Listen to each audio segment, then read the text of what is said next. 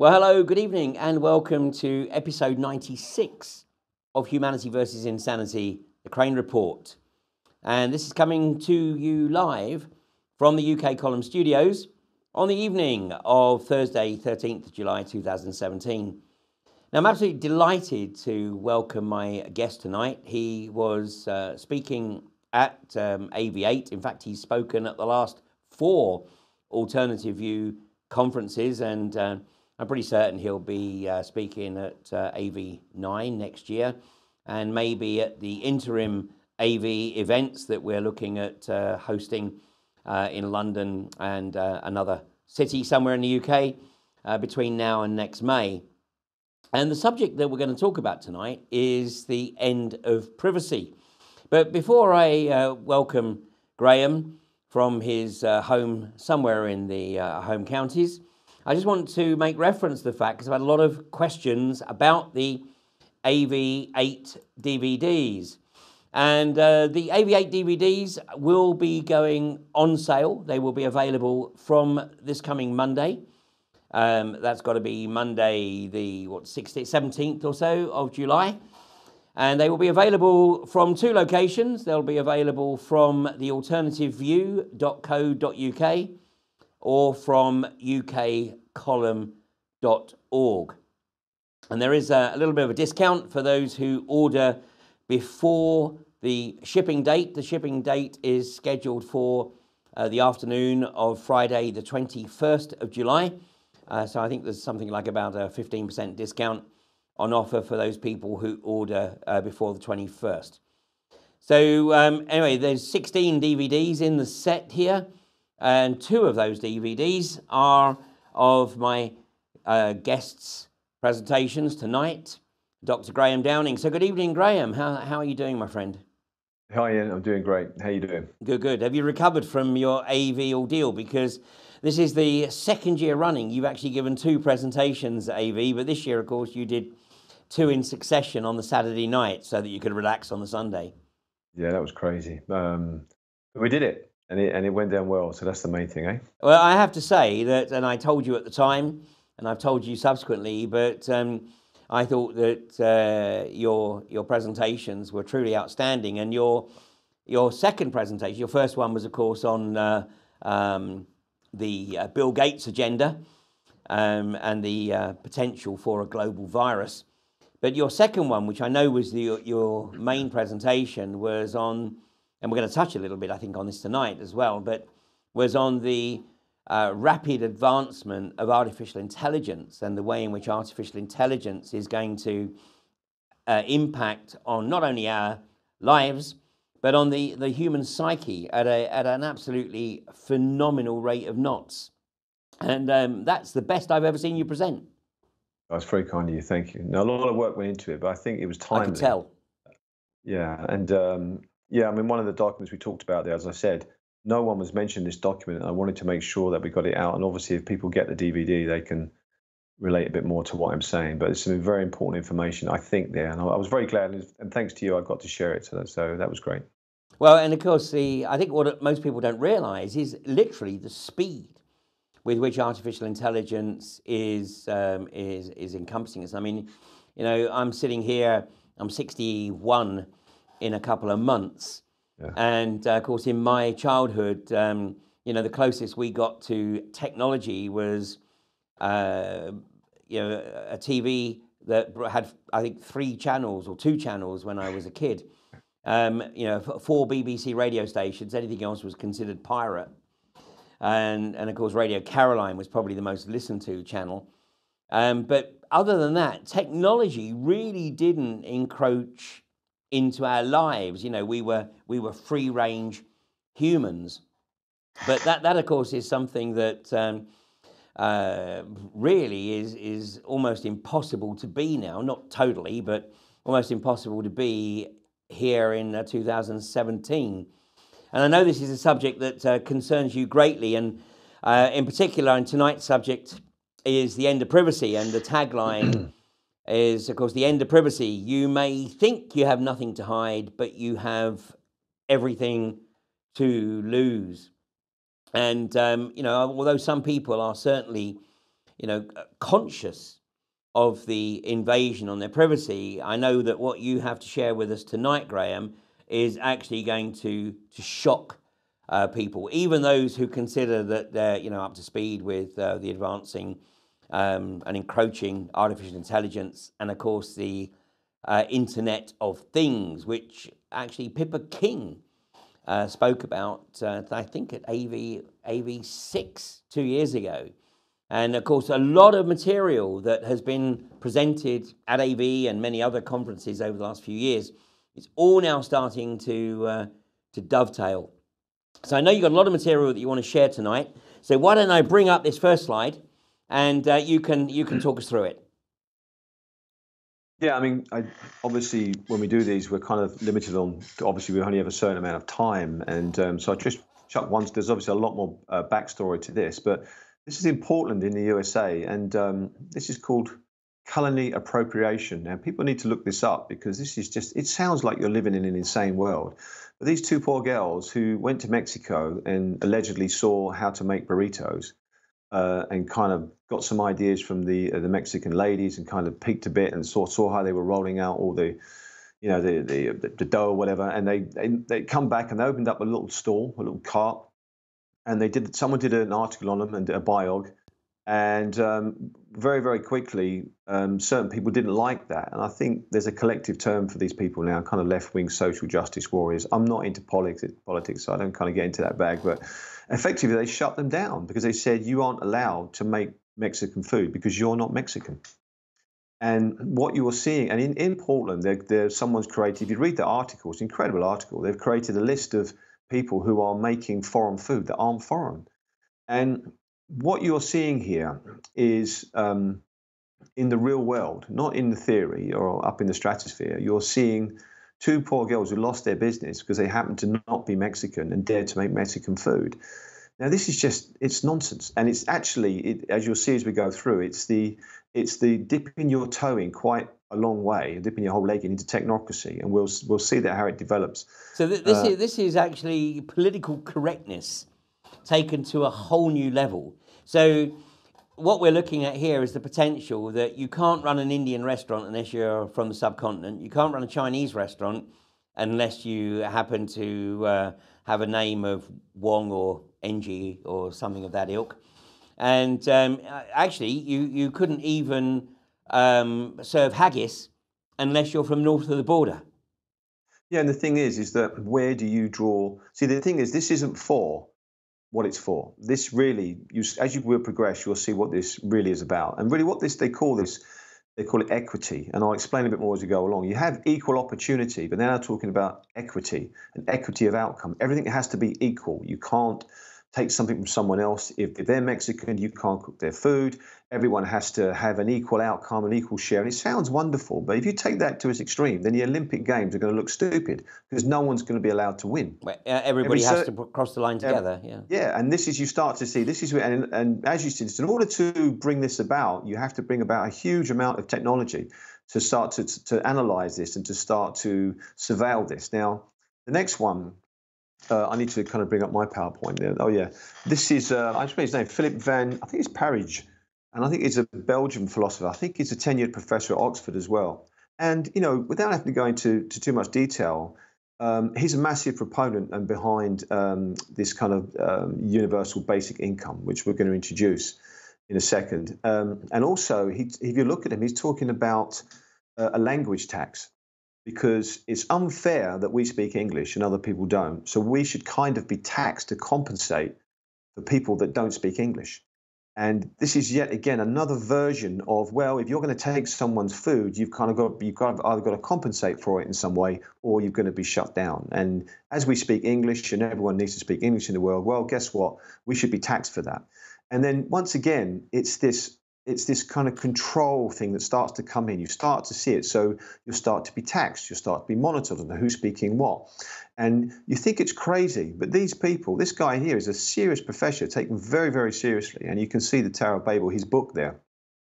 And this guy probably means well. I mean, don't get me wrong. He probably means well, and he's probably a nice chap.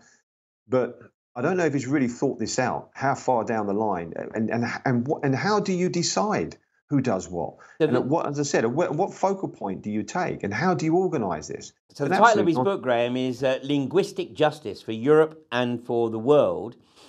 And yet, I love this contradiction in this quote here. It says, this paper first argues in the absence of any cost-sharing device that such situations are unjust.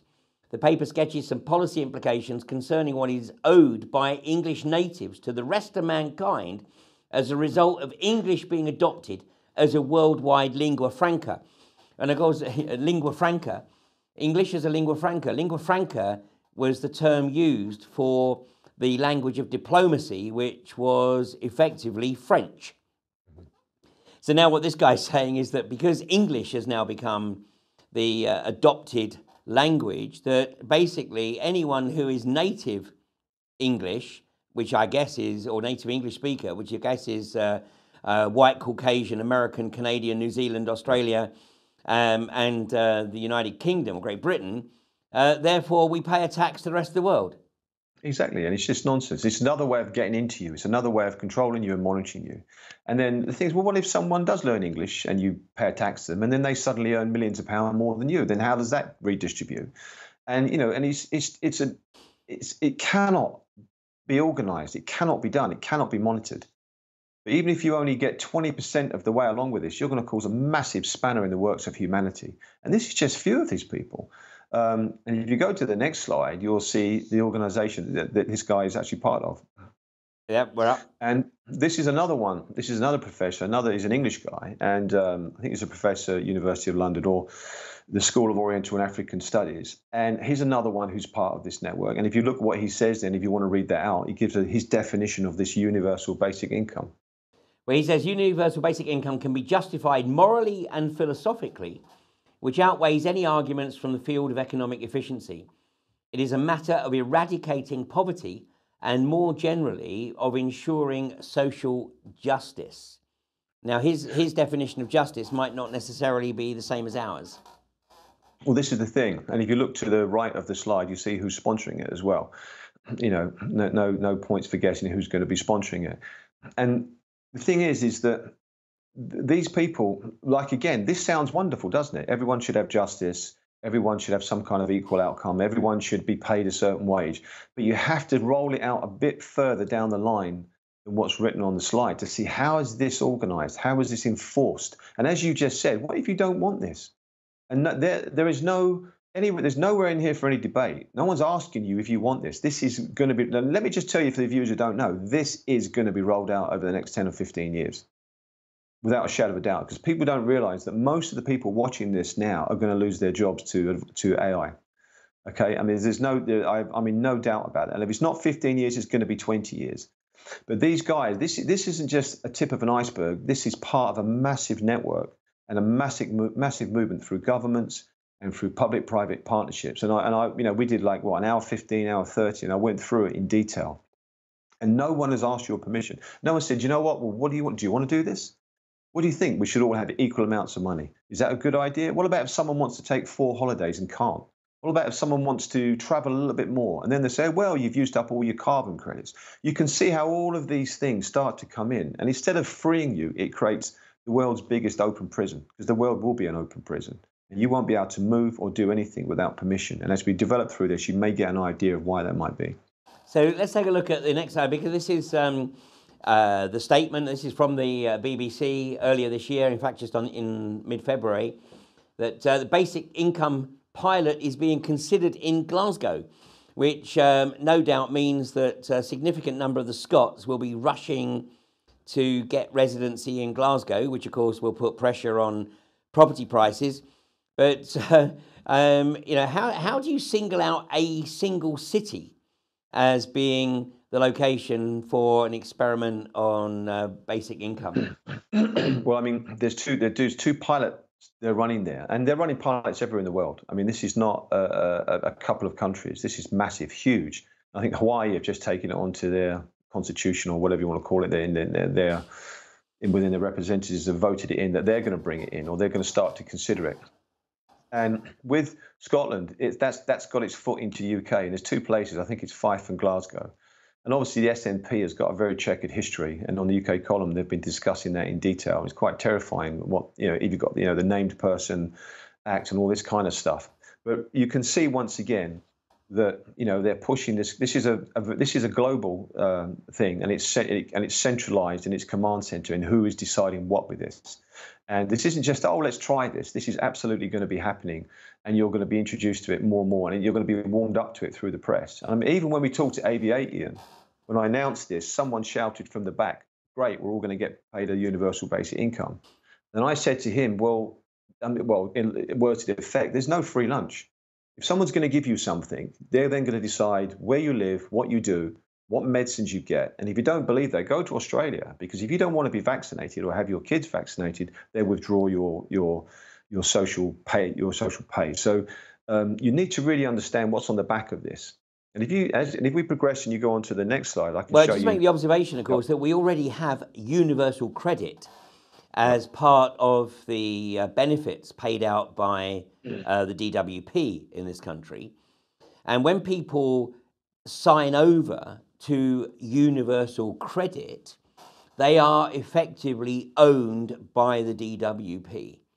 So those people who are staying on their old benefits regime, whatever that might be, are not yet caught up in this.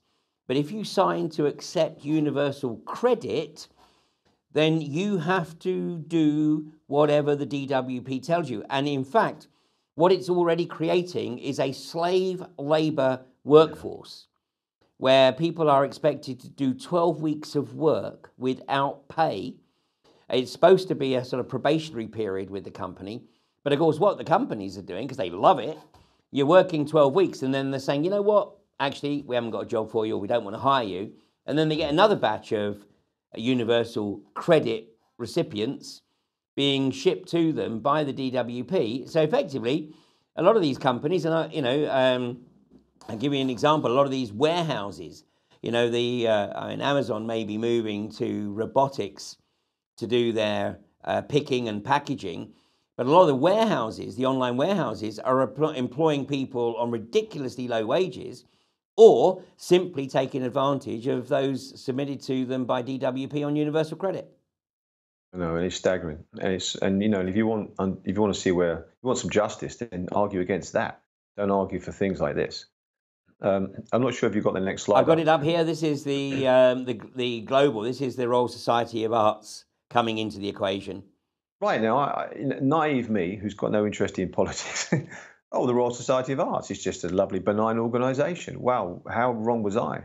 I'm not sure if you can read some of that, Ian, but I mean, they are a network of activists across the globe, and it's that classic kind of group speak of they want to bring about change locally. And when you start hearing that language, you're on the back end of that is the Agenda 21, Agenda 2030, which is to almost circumvent the normal channels in a country, which, i.e., the normal democratic elected leaders. I know we can argue about that, whether it's a democracy or not, but it's to go past that and to go straight into the local level and effect the kind of radical change that you want and bypass the normal democratic checkpoints, if you like. And if you read some of that, I think you'll get an idea of the kind of scale they are across the globe. Well, the RSA Global is from their website. It says, creative ideas have the power to change the world. Join a global community with a cause. Through combining our research, practical innovations, idea platforms, and 28,000 strong fellowship, we work with individuals and organizations globally to turn ideas into action. Whether forging partnerships with multinational corporations who want to have a positive social impact or enabling citizens to drive change in their local communities, our approach is always collaborative. Well, there's a bit of a contradiction in terms here, because corporation and social conscience is a bit of an oxymoron. I mean, yeah, you were discussing this earlier, because wanting to have a company that makes profit and generates income and generates employment, that isn't necessarily a bad thing. And I think you mentioned that before. But wanting to have corporations where you've got zero paid contracts and where you'll dump someone at the drop of the hat and you're sticking a robot, that's a whole different ballgame. that is that's very soulless. There's no soul there. There's no spirit. There's no humanity there. And there's a direct difference. And what I'm seeing, Graham, as well, is that the younger generation, they are being conditioned to reject capitalism, and yet capitalism is not the problem.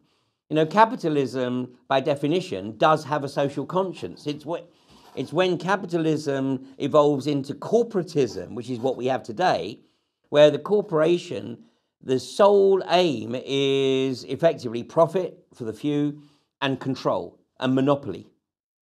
Yeah, and this is the issue, is that, and as I think you rightly pointed out once, or someone, I think you did, is that we went from personnel to human resources. And I know we've said it many, many, many times, but that's simple. And it's very interesting. You've got to listen to language, because language is powerful.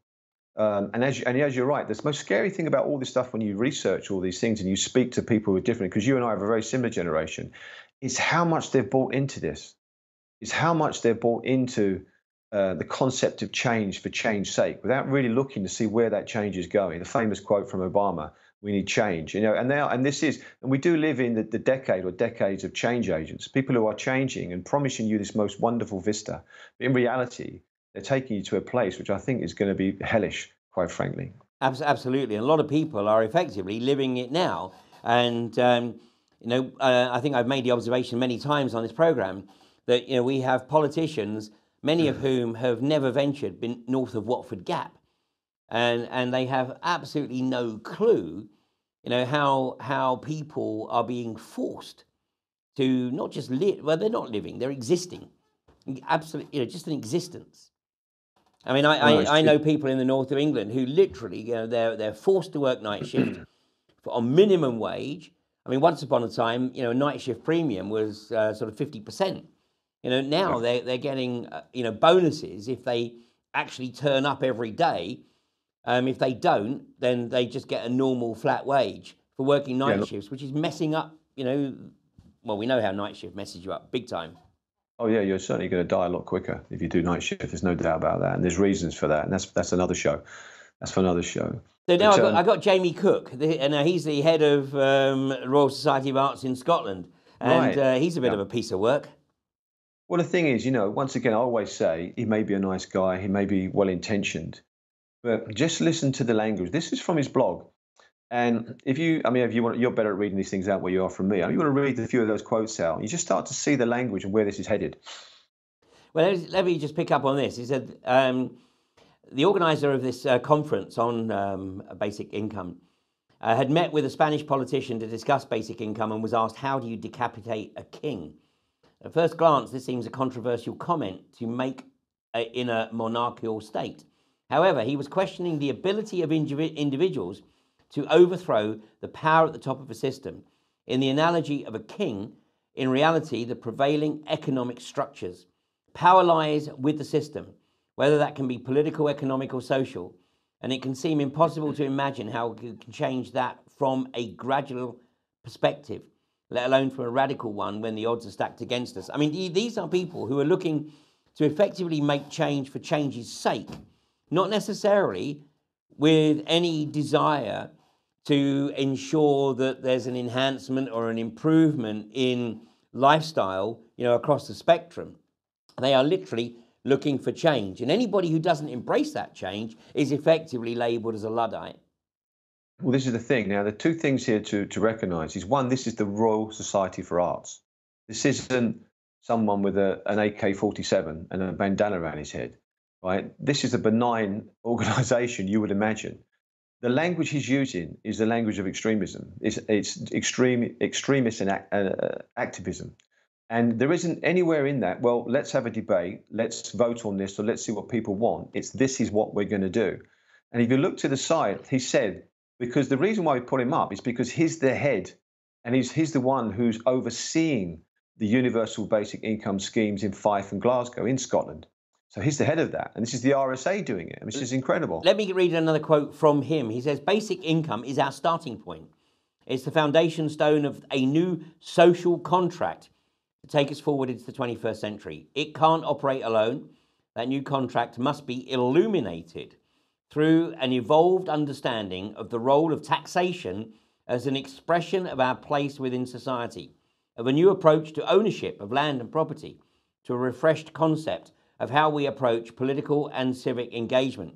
Now, that all sounds really, fine, but actually, when you take that apart, what he's actually talking about is a move towards animal farm, where everybody's equal, but some are more equal than others. And nobody is given the motivation to do anything beyond the basics because there's equity. Absolutely right. And well, the thing to look at this is, once again, this is very, very, it's activism language, an extreme language. And the thing is, what you see here is the basic income, which everyone says, oh, this is great. Let's give everyone a basic income. And I'm not necessarily arguing against that. I think it would be wonderful if you could bring everyone above poverty. But what he's then saying is this is our starting point, because and as soon as we give you that money, that's how we've now got a contract. Exactly. A social contract. And now what they're saying is we need a new approach to ownership of land and property. What they're really saying, this is Global Agenda 2030. What this is, you won't have ownership of property anymore. And you won't have ownership of land anymore. You will be designated where to live. If you really extend this and know where this is going, and it has to happen that way, because if everyone has to have equity, you can't have a house bigger than someone else. You have to have exactly the same as the next person. And what he says there is, he says basic income can't be another small response. It should be radical. This is his language. It should be well-changing and it should be effective. And what's happened, he's gone to this conference, which is run by the organization we just noted, the IBEN. I think is the International Basic Earth Network or something like that, or Income Basic Earth Network. And he's been there, and in a sense, what's happened, they've been radicalized. They've been radicalized in an arena, and they have this kind of global group speak. When you listen to what he says above, he says that we now have the opportunity to move the basic income conversation forward and to identify practical ways to run a pilot which works locally and has global resonance. These are all the kind of group speak of this Agenda 2030. And it's coming through a seemingly lovely organization, benign organization like the RSA. Well, and these guys, I mean, their mentality, and I've seen this with the likes of Demos, with Jamie Bartlett and Carl Miller, when I participated in a debate with these guys 6 years ago or so. And these guys actually perceive themselves to be, the intellectual elite. And, basically they really struggle when anybody is able to articulate a cohesive and coherent opposition to their very, very simplistic philosophy. Because that's what this is. It's an extremely simplistic philosophy. And as you rightly say, on the face of it, it appears benign and wonderful. Everybody gets out of poverty. But, what people aren't getting is that they are literally signing their lives away. And, of course, the new gods, with a small g, are effectively identifying themselves. I mean, here we have Zuckerberg. And I know incredible, yeah. Yeah, I mean, well, I mean, there's a hell of a lot to say on him. We haven't got time today. If we do the interim AV8 that I think you might be doing next month or so. You maybe announce that or not. I will get into more of this, and I'll bring science in this to show you what Facebook is doing. Facebook is hyper tribalizing people, and it's also magnifying that tribalism in an echo chamber. And I'll discuss more about what it's doing. And my best advice is, with the great respect to this man, who once again may be well-intentioned, I'm not going to say he's not, is my best advice is to get off Facebook as fast as you can. It's absolutely changing the way you think and the way you operate. And quite frankly, would you do this? Would you go into a room full of people and tape off certain areas and have guards there? And every time you crossed over to speak to people, they prevented you from doing it and pushed you back into your corner. You wouldn't tolerate that for a second. But that is exactly what happens on Facebook's with their algorithms. Exactly. And, I mean, as you well know, I mean, one of the points that I always make at the start of every AV event is that, we have to focus on the issues upon which we agree and have healthy debate and discussion on the issues where we don't agree. And that's, that's what makes life interesting. I mean, if you're only ever communicating with people who agree with you on everything, then you're not exactly going to be stretching yourself intellectually, and you're not exactly going to be, developing your capacity for for articulating a particular point of view. And this is exactly what they want. And Zuckerberg, in this quote that you've got on the slide, he says, Facebook is the new church and can take the place of organized religion. And bragging that, there's 2 billion people who sign up to Facebook.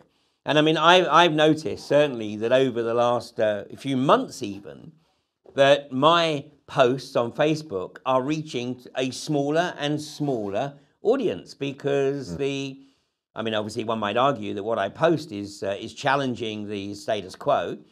And, Facebook and the Zuckerberg algorithms are trying to restrict the reach of those posts. And I'm sure that's the same with anybody that is not putting out establishment-approved information.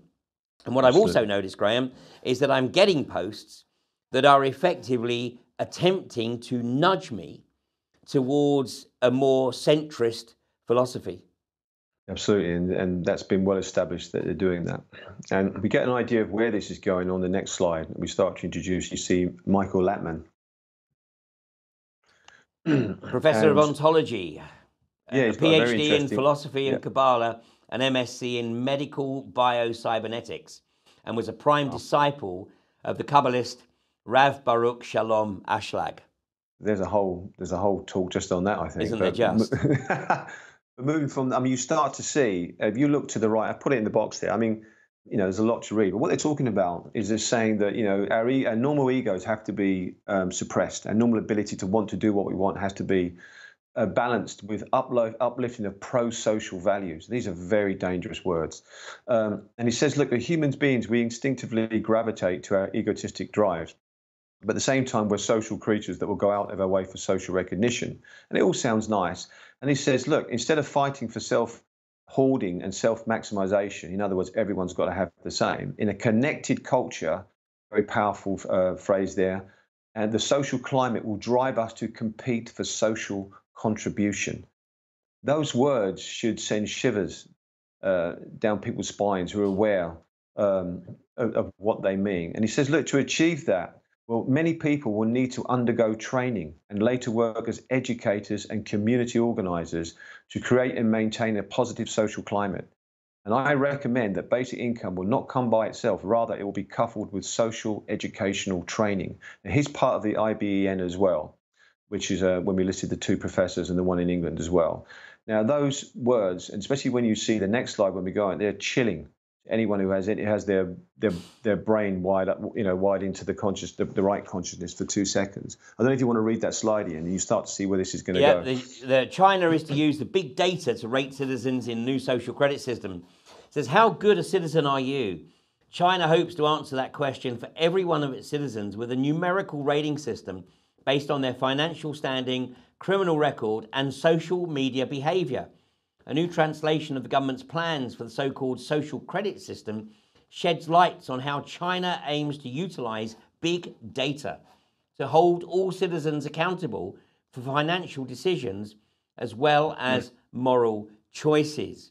And it continues, when rules are broken and not rectified in time, you are entered in a list of people subject to enforcement for trust breaking, and you are denied access from things.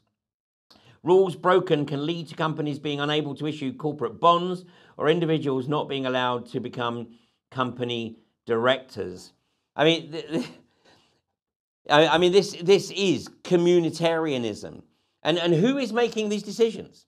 Obviously, what we're looking at here is an inner sanctum, i.e., the Olympians or whatever, as they refer to themselves, amongst a committee of 300. But, the Olympians determining who it is within a society that actually determines what you are or are not allowed to do, beyond obviously the existing legal frameworks, and everything based on this social contribution. So in other words, this is effectively returning humanity to its origins, i.e. as a slave race. Absolutely. And this is the reason why I was saying be very careful about Facebook, because Facebook has already started this algorithm censoring what you say, putting you into a little cul-de-sacs, only speaking to yourself, really, and people like you, separating you from others, and also then getting used to being liked. liking certain things you say, and then obviously if someone doesn't like it, they can have you removed. What you've got, and my understanding is he's kind of intimately with setting up Facebook in China. He's kind of done some things that are not very pleasant and wouldn't sit well with the concept of freedom of speech. Can't guarantee that, but I have heard others mention that. But what you're seeing is the rolling out of this. This isn't something that is in the great conspiracy world. This is something that is absolutely rolling out on the back of AI. And the literature on the next slide, just briefly as an overview. Yeah, social equality as a tool for social change. Yeah, I mean, you don't have to get too much into this, but there's papers written on it. And of course, under that, you've got Agenda 2020, which also talks about Agenda 2030, which is equity and sustainability. This concept of equity, it says in the paper above that they moved it out of affirmative action and employment, where we should all have equal opportunity, and then they switched it into equity, and now they've gone into which there should be equal outcomes. And you see this in the schools because every kid gets a gold star now. Even the one I was attending something the other day, and a kid was incredibly naughty, and he still got a gold star. And there may be some logic behind that. But in the olden days, if you were naughty at school, you got punished. You didn't get a gold star, and everyone got the same thing. And in this paper here, it says that they're moving out into everything from policing, education, welfare, housing, transportation. And these are international documents from well-recognized organizations. There's no conspiracy here. This is absolutely rolling out minute by minute, hour by hour, day by day. And people need massively to be aware of this. And I would suggest they need to, look at this and maybe challenge this. Absolutely. And the next slide here, really caught my eye when you sent me this. To be fair, is equity. Money equal, food equal, travel equal, cars equal, homes equal, children equal, number, and education really grabbed my attention because literally, I heard as I opened this slide, I had just read an article that the UN had effectively called for the Common Core US-style education program, which, I might argue is not really an education. In fact, it's a long, long, long way short of the educational standards of 100 years ago, but that this should be rolled out across the world. Well, there's no surprise there for those that have been aware of this for many years. This is where it's going. Isn't it dumbing down America? Is it John Cato? Isn't it? Absolutely, and really, what you have to understand, if there's equity, then everything has to be monitored. Because how are they going to know what you're having? If you live in a house and you use too much energy, they're going to come down on you because Fred Bloggs in Sector 45 of the human zone across the world, he's not using that much energy, so why are you? And people may think that's extreme and that's not going to happen. Well, just look at the first slide again, and when they see the rewind on this, and they close down someone. All right, it was the public, but they're being revved up by central groups and people that we all know who are well funded by certain players. And they were funded down because they weren't Mexican and they were selling food. So if you think this is extreme and ridiculous, trust me, it's not. And who's going to enforce this? It'll be companies like Atos, Maximus, Serco, G4S. I mean, well, you need artificial intelligence. I mean, this is technocracy on acid. You need artificial. Exactly. The point is, it's impossible because where do you draw the line? What you really do, it's like an OCD to the nth, to the extreme. You will not be able to move an inch in your life without having permission or checking that you've done it correctly, and that is where this is heading. Because everything must be controlled, and in order to control it, I mean, even the way you think, even what your spiritual beliefs, this will all come under scrutiny. And there's work that I won't discuss it now, but there is work where they're looking at that now.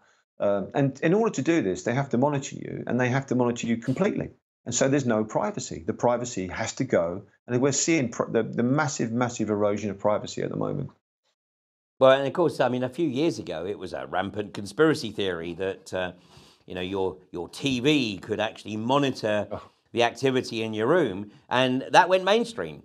I think it was last year, I think it was 2016, in the spring, early spring, that all of the British mainstream papers in the UK finally ran articles acknowledging that companies like Samsung and L&G were using the cameras to monitor people's viewing habits and who was actually viewing programs, within the living room.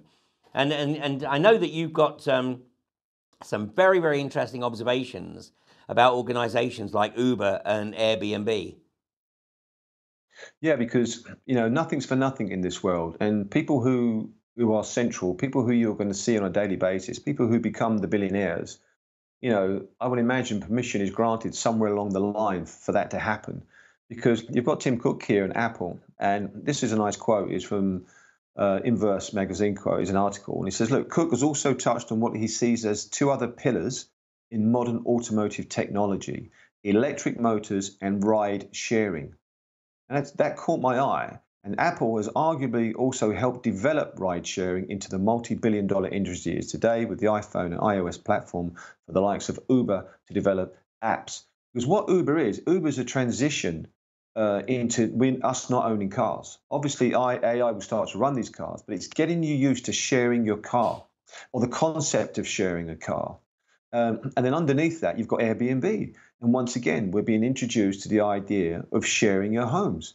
So, in other words, you share your private car and you share your private house. And then over the years, we initially just watched movies of people, people we never ever interacted with. And then obviously we went on to Big Brother. And that warmed us up to looking at people in an environment, an intimate environment. Then we had Gogglebox, where they're looking at us looking at people. Then we've got Goggle Sprogs looking at kids looking at people. And then you've got countless reality shows and first dates. And every aspect of human existence is now, we're looking at it. And psychologically, what that does, it warms you up to the concept that you can be monitored. You can't deny that. It warms you up to the concept. Psychologically, it makes it more appealing. It makes it less extreme. Because if you'd have said to someone 50 years ago, "Oh yeah, we'll be able to watch you in your house," you said, "No way, no one's going to suffer that." And now we're being warmed up to it through these TV shows. And then if you look at the bottom, you've got the classic Amazon Echo and others like that, the monitoring everywhere and the smart house, and all of these things are the transition into the complete erosion of privacy and the complete analysis, surveillance of what you're doing in order to fit you into this ridiculous model that we've just shown through the previous slides, that fit into this 2030 agenda, which is not a conspiracy theory, and it's absolutely been rolled out in front of your eyes. We are the proverbial frog, and we are being warmed up. So we are basically the last generation, probably, to not only really fully appreciate our privacy and the importance of our privacy. And of course, as you rightly identify on this slide, if we're going to have any degree of autonomy, it absolutely requires privacy, because we need that time. We all need that time to be able to go away, reflect, to think. If something doesn't seem to be working out in our lives, whatever, then we need that time to maybe take a pace back, to find a bolt hole, and to sort of maybe decide how we go forward here. No one's going to have that opportunity, because you're signed up to universal basic income or universal credit, and you are on call 24/7.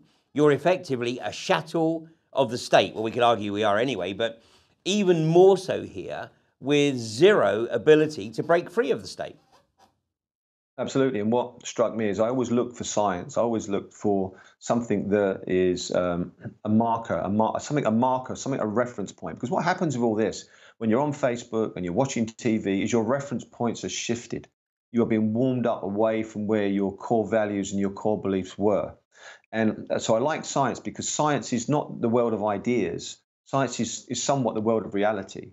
Because what we're living in now is we're living in a world of, they come up with an idea and then they change reality to fit that idea. And here, for decades, psychological science has demonstrated time and time again that if you allow your privacy to go, then your autonomy goes with it. You absolutely require privacy in order to have autonomy. Well, I want to read this quote that you've extracted from an article that appeared in the New York Times. It said, "This way of framing the issue makes sense if you understand privacy solely as a political or legal concept. And its political importance is certainly part of what makes privacy so important. What is private and what is yours alone to control, without interference from others or the state. But the concept of privacy also matters for another deeper reason. It is intimately connected to what is to be an autonomous person. The connection between loss of privacy and dehumanization is a well-known and ancient fact." Absolutely, and and I wanted to put that because for many years now, people said because of the quote unquote terrorism, and you need to surveil more people, and you need to give up your privacy and your freedoms, and people should say, and when you objected, people should say, well, what you're afraid of? Have you, you haven't got anything to hide. And that what I said to that now, in once with this information, is you may have nothing to hide, but because you're going to lose your autonomy, you have everything to lose. And I think that is the answer to that statement, to that question when people ask you that. Well, You have absolutely everything to lose. It is transhumanism, but not in a good way. It is literally, as I've said, a return to the origins of humanity, i.e., the genetically engineered slave. But we're obviously, Graham, we're out of time. It is a big subject, but this is Huge. Technocracy. This is a 100-year-old agenda, almost 100 years, dating from early 1930s. Technocracy, Inc., written by Marion King Hubbard and Howard Scott, reviewed by George Orwell and Aldous Huxley. And in fact, George Orwell gave us two warnings. One was 1984, the warning against a right-wing totalitarian state, an Animal Farm, the warning against a left-wing totalitarian state where all animals are equal, but some are more equal than others. Picked up by Zbigniew Brzezinski in 1979 with his seminal book, Between Two Ages, The Technotronic Era.